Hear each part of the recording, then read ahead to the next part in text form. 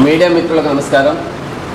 ఈ నెల 19న నంద్యాలలో జరిగే బహుజన ఉద్యోగుల న్యాయబేల్ జయప్రదం చేయమని బహుజన ఉద్యోగస్తుల్ని, ప్రొఫెషనల్స్ అంటే న్యాయవాదులు, డాక్టర్లు, ఇంజనీర్లు, సాఫ్ట్వేర్ నిపుణులు, చార్టెడ్ అకౌంట్స్, ఇతర వ్యాపార వర్గాలకు చెందినటువంటి బహుజన మిత్రుల్ని నంద్యాలలో జరిగే గోల్డెన్ ఫంక్షన్ హాల్ సభా వేదిక.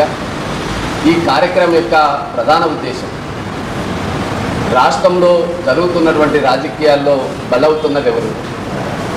2014 నుంచి ఇప్పటి వరకు ఆంధ్రప్రదేశ్లో బలహీన వర్గాలకు చెందిన దళిత, గిరిజన సామాజిక వర్గాలకు చెందినటువంటి ఉద్యోగస్తుల్ని వేధిస్తున్నటువంటి ప్రభుత్వాలు.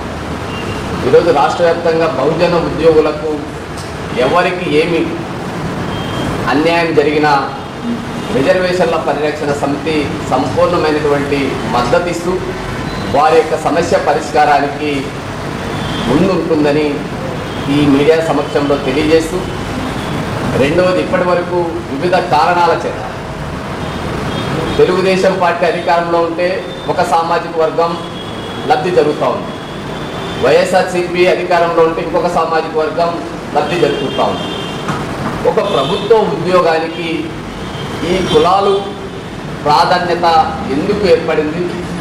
నిజంగా అవినీతి అనేటువంటిది ఎవరు చేసినా వారిని శిక్షించాల్సినటువంటి బాధ్యత ప్రభుత్వాలు తీసుకోవాలి. కానీ ఇక్కడ ముఖ్యమంత్రి ఏ సామాజిక వర్గానికి చెందినవాడైతే ఆ సామాజిక వర్గం వారు తప్పు చేసినా వారికి పనిష్మెంట్ లేదు. ఐఏఎస్, ఐపీఎస్ అధికారులు మొదలుకొని కింది స్థాయి జూనియర్ అసిస్టెంట్ వరకు కేవలం దళితులు, బలహీన వర్గాలు, గిరిజనులు, అక్కడక్కడ మైనార్టీ ఉద్యోగులు మాత్రమే బలవుతున్నారు. ఈ విధానానికి స్వస్తి చెప్పకపోతే ఈ రాష్ట్ర ప్రభుత్వం కానీ లేదా ప్రతిపక్ష పార్టీల యొక్క మనుగడ ప్రశ్నార్థకమవుతుందని చెప్పి హెచ్చరిస్తా ఉంది. ఇక రెండవది, రాష్ట్ర వ్యాప్తంగా కావచ్చు, దేశవ్యాప్తంగా కావచ్చు, ప్రధాన అజెండా ఏమంటే దేశవ్యాప్తంగా 56% ఉన్నటువంటి బలహీన వర్గాలకు ఇప్పటి వరకు చట్టసభల్లో రిజర్వేషన్లు లేవు. ఆ చట్టసభల్లో రిజర్వేషన్ల కోసం విద్యా ఉద్యోగాల్లోనూ, ప్రైవేట్ కార్పొరేట్ సెక్టార్లోనూ, న్యాయ వ్యవస్థలోనూ 44% రిజర్వేషన్లు బలహీన వర్గాలకు కేటాయించే విధంగా పార్లమెంట్లో బిల్లు ప్రవేశపెట్టే వరకు ఈ ఉద్యమానికి అన్ని వర్గాలు, ఇప్పటికే ఎస్సీ ఎస్టీలకు చట్టసభల్లో రిజర్వేషన్లు అమలవుతున్నటువంటి సందర్భంగా ఆ సామాజిక వర్గానికి చెందినటువంటి ప్రజలు, ప్రజాప్రతినిధులు, మేధావులు, అదేవిధంగా రేపు జరిగేటువంటి బహుజన ఉద్యోగులు కూడా ఈ న్యాయమైనటువంటి డిమాండ్కి మద్దతుగా నిలబడాలనేటువంటి ఉద్దేశంతో ఈ సభలో ఈ తీర్మానాన్ని కూడా ముందుకు తీసుకెళ్తా ఉన్నాం. ఇంకా రెండవది, ప్రజలందరికీ ఈరోజు దేశవ్యాప్తంగా 2014 నుంచి 98,000 ప్రభుత్వ పాఠశాలలను మూతవేయడం జరిగింది. ఇవి పునరుద్ధరించాలా, తిరిగి ప్రారంభించాలా అని రిజర్వేషన్ల పరిరక్షణ సమితి కేంద్ర ప్రభుత్వానికి డిమాండ్ చేస్తాం. అదే తమాషాలో ఆంధ్రప్రదేశ్లో 18,600 ప్రభుత్వ పాఠశాలలు మూతపడ్డాయి. దీనివల్ల గ్రామీణ ప్రాంతాల్లో ఉన్నటువంటి పేదలకు విద్య అనేటువంటిది దూరం అవుతుంది. ప్రైవేట్ కార్పొరేట్ శక్తులకు విద్యను వ్యాపారం చేయడానికి ప్రభుత్వం విద్యా వ్యవస్థను నాశనం చేస్తూ ఉంటే కారణం ఎవరు?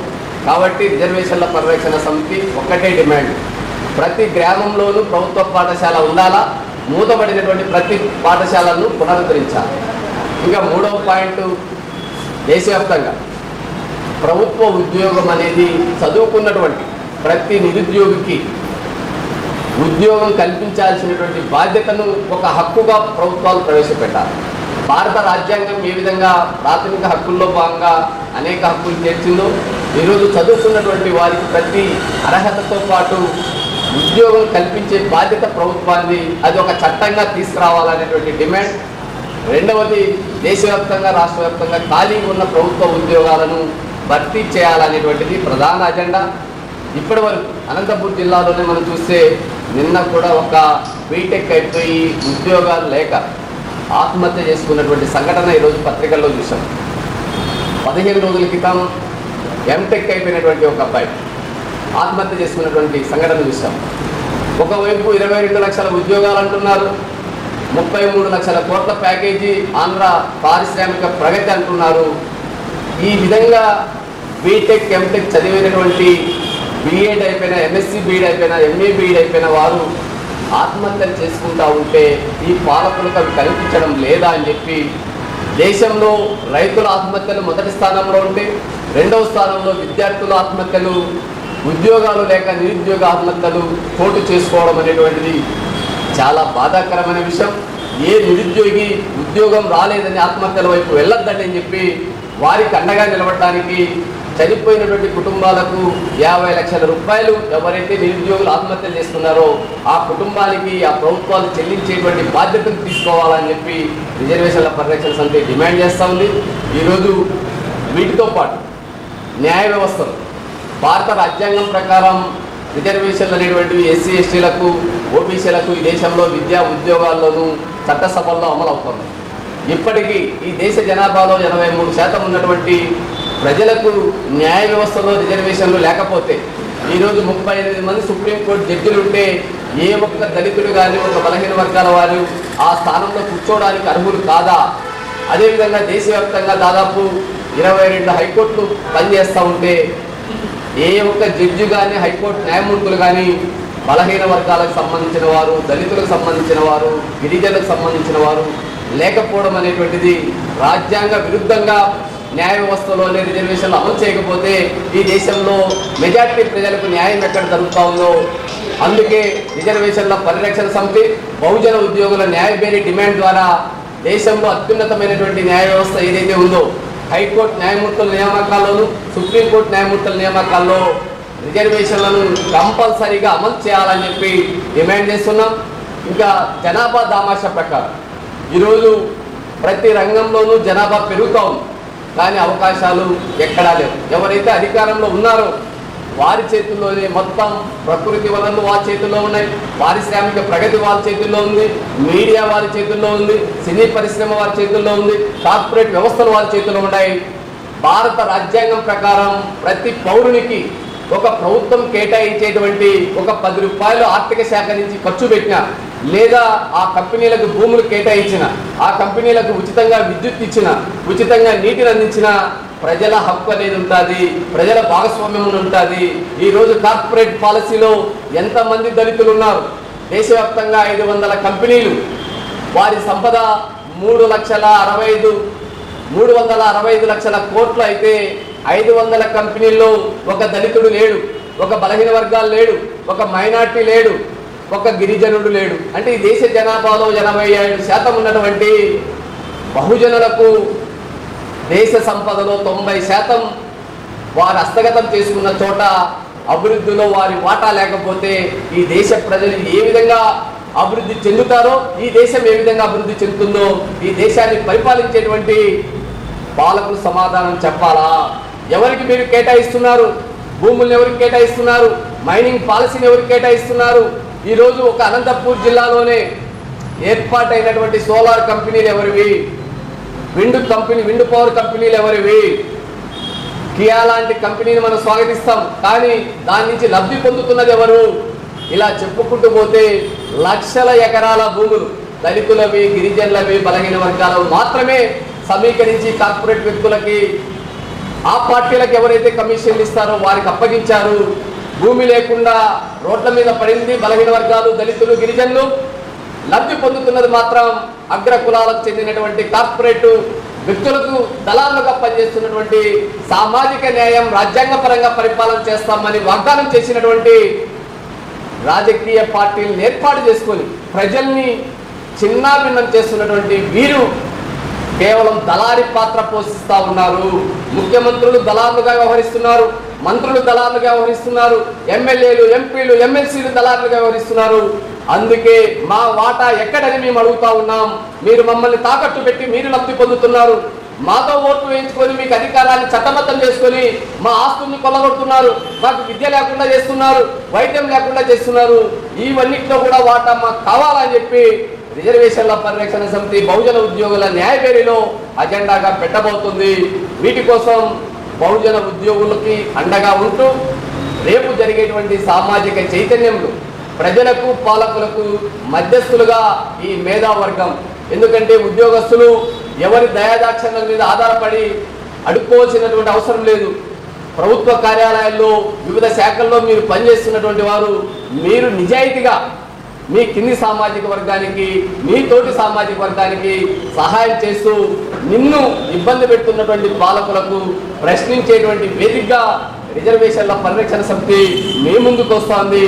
ఈ అజెండాని బలపరిచి భవిష్యత్తులో ఈ వర్గాల డాక్టర్ బిఆర్ అంబేద్కర్ గారు కలలుగన్నటువంటి భారతదేశ ప్రజలకు సామాజిక, ఆర్థిక, రాజకీయ సమన్వయం జరిగినప్పుడే ఈ దేశం అభివృద్ధి చెందుతుంది అని ఏదైతే చెప్పారో అది 1950 నుంచి ఇప్పటి వరకు భారత రాజ్యాంగంకి పరిమితమైపోయింది. నాయకులు ప్రమాణం చేయడానికి రాజ్యాంగం ఉపయోగపడతా ఉంది. రాజ్యాంగంలో మొదటి పేజీలో ప్రియాంబుల్లో పీఠికలో ఉన్నటువంటి అంశాన్ని మాత్రం ఎక్కడే కానీ అమలు చేసినటువంటి చరిత్ర లేదు. దానికోసం ఈరోజు గ్రామ స్థాయి నుంచి పార్లమెంటు వరకు ఈ డిమాండ్స్ను ముందుకు తీసుకెళ్తూ ఉద్యోగుల మధ్య ఐక్యత తీసుకొస్తూ ప్రధానంగా ఈరోజు ఉద్యోగస్తులు ఎదుర్కొంటున్నటువంటి సమస్య, ఒకవైపు పిఆర్సీ కోసం ప్రతి 5 సంవత్సరాలకు ఏర్పాటు చేయాల్సినటువంటి పిఆర్సీ కమిటీ వేయలేదు. ఉద్యోగస్తులకు ప్రతి సంవత్సరం 2 డిఏలు ఇవ్వాల్సినటువంటి ప్రభుత్వం డిఏలు ఇవ్వడం లేదు. మరొక వైపు రిటైర్ అయినటువంటి పెన్షనర్స్కి, రిటైర్డ్ అయినటువంటి ఉద్యోగస్తులకి ఏ రోజైతే రిటైర్ అవుతారో ఆ రోజే మొత్తం బెనిఫిట్స్ వారికి ఇవ్వాల్సినటువంటి బకాయిలు చెల్లించేటువంటి పాలసీ ప్రభుత్వాలు అమలు చేసేటివి. కానీ ప్రాంతీయ పార్టీలు వచ్చిన తర్వాత అది వైఎస్ఆర్ అయినా టీడీపీ అయినా రెండే దొందు చందంగా ఉద్యోగస్తుల జీవితాలతో చెలగాట మారుతూ ఉన్నాయి. ఇంకా అతి ముఖ్యమైనది, ఒకవైపు ప్రభుత్వ ఉద్యోగాలు ప్రతి సంవత్సరం జాబ్ క్యాలెండర్ అని చెప్పి ప్రకటించినటువంటి కూటమి ప్రభుత్వం 3 లక్షలకు పైబడే హౌస్ సోర్సింగ్ ఉద్యోగస్తులతో ప్రభుత్వ ఉద్యోగాలు భర్తీ చేసి వారికి కూడా వేతనాలు ఇవ్వకుండా 3-4 నెలలైనా అవుట్ సోర్సింగ్ పేరుతో మినిమం వేజెస్ అనేటువంటిది అక్కడ అమలు చేయకోకుండా కేవలం వాళ్ళ ఇళ్లలో ఏ విధంగా పనికి పెట్టుకుంటారో ఆ విధంగా వివిధ ప్రభుత్వ శాఖల్లో తమకు అనుకూలమైనటువంటి ఏజెన్సీలను పెట్టుకొని లక్షల సంఖ్యలో చదువుకున్నటువంటి యువతకి అవుట్ సోర్సింగ్ పేరుతో ఉద్యోగాలు ఇస్తున్నారు. అది తప్పు. సుప్రీంకోర్టు జడ్జిమెంట్ ప్రకారం ప్రతి అవుట్ సోర్సింగ్ ఉద్యోగి, ప్రతి అర్హత కలిగినటువంటి ఉద్యోగికి మినిమం టైం స్కేల్ అనేటువంటిది, కనీస వేతన చట్టం అనేటువంటిది అమలు చేయాలని చెప్పి రాష్ట్ర వ్యాప్తంగా ఈ అవుట్ సోర్సింగ్ ఉద్యోగుల పక్షాన మాట్లాడుతూ, అదేవిధంగా కాంట్రాక్ట్ టైం స్కేల్ సంబంధించినటువంటి ఉద్యోగస్తులు 2,60,000 మంది పైబడి రాష్ట్రంలో ఉన్నారు. అంటే ప్రభుత్వ ఉద్యోగాల్లో 6 లక్షల మంది ఎలాంటి ఉద్యోగ భద్రత లేకుండా గాలికి ఊడిపోయే విధంగా, వారు చనిపోతే ప్రభుత్వ సర్వీస్లో ఉన్న ఉద్యోగికి ఒక రూల్ వస్తుంది, కానీ కాంట్రాక్ట్ అవుట్సోర్స్ ఉద్యోగస్తులు ఏదైనా ప్రమాదవశాత్తు లేదా అనారోగ్యరీత్యా ఏదైనా చనిపోతే ఆ కుటుంబం వీధిన పడేటువంటి పరిస్థితి ఉంది. ఈ విధంగా ఈ పాలసీని తీసుకొచ్చింది చంద్రబాబు నాయుడు గారు. దాన్ని రద్దు చేయాల్సినటువంటి బాధ్యత కూడా చంద్రబాబు నాయుడు గారు చేపట్టాలని చెప్పి 2026 అంటే 1999లో ఈ పాలసీని తీసుకొచ్చి రాష్ట్ర ప్రభుత్వ ఉద్యోగాల్లో దేశంలో ఎక్కడా లేని చట్టాన్ని, కాంట్రాక్ట్ విధానాన్ని, అవుట్ సోర్సింగ్ విధానాన్ని ప్రవేశపెట్టి రిజర్వేషన్ వర్గాలకు, దళితులకు, గిరిజనులకు, బలహీన వర్గాలకు ఉద్యోగాలు, రెగ్యులర్ ఉద్యోగాలు ఉంటే వారంతా ఉద్యోగ భద్రత ఉండేది, ప్రభుత్వ ఉద్యోగిగా వారు రక్షణ పొందే అవకాశం ఉండేది. ఇలాంటి పరిస్థితుల్లో కాంట్రాక్ట్ అవుట్ సోర్సింగ్ ఉద్యోగస్తుల్ని రెగ్యులరైజ్ చేస్తూ ప్రభుత్వ ఉద్యోగులకు వచ్చేటువంటి బెనిఫిట్స్ని ఇవ్వాలని చెప్పి డిమాండ్ చేస్తూ రాష్ట్ర వ్యాప్తంగా ఉన్నటువంటి నిరుద్యోగుల పక్షాన, దేశవ్యాప్తంగా ఉన్నటువంటి నిరుద్యోగుల పక్షాన ప్రతి ప్రభుత్వ శాఖలో ఉన్న ఖాళీలను భర్తీ చేయమని ఈ ఎజెండాతో రేపు జరిగేటువంటి గ్రేటర్ రాయలసీమ బహుజన ఉద్యోగుల న్యాయపేరి సభలో మనం ఐక్యత ప్రదర్శిస్తూ మన సమస్యల్ని ప్రభుత్వాలు, పాలక వర్గాల దృష్టికి తీసుకెళ్లేటువంటి బాధ్యతను ప్రతి బహుజన ఉద్యోగి, బహుజన మేధావి, బహుజన ప్రొఫెషనల్ చెందినటువంటి వారు ఆలోచించి ముందుకు రావాలని రిజర్వేషన్ల పరిరక్షణ సమితి రిజర్వేషన్ ఎంప్లాయీస్ వ్యవస్థాపకంగా డాక్టర్ పోతుల నాగరాజు మీడియా ద్వారా విజ్ఞప్తి చేస్తున్నారు. Thank you. ఫాలో చేయొచ్చు కదండి ప్లీజ్. అందరికీ నమస్కారం. మీరు వీడియో చూస్తున్నారు కానీ సబ్స్క్రైబ్ చేసుకోవడం లేదు. దయచేసి సబ్స్క్రైబ్ చేసుకోండి, మాకు సపోర్ట్ చేయండి.